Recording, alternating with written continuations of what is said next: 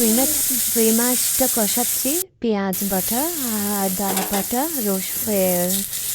হলুদের গুঁড়া, মরিচের গুঁড়া দিয়ে রুই মাছগুলো দিয়ে একটু কষাই নিচ্ছি। আর মাছের ডিমটাও দিয়ে দিচ্ছি। রুই মাছটা 2 কেজি ওজনের ছিল, আমি মিডিয়াম সাইজ করে টুকরো করেছি।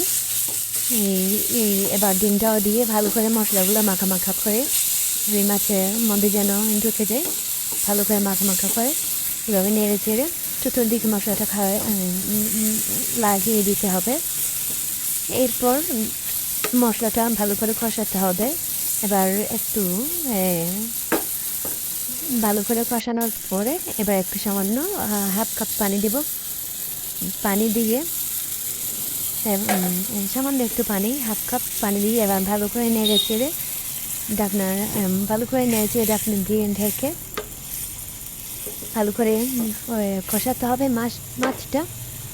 কষানোর পরে এবার হয়ে গেল রুই মাছটা ফুটে উঠলো।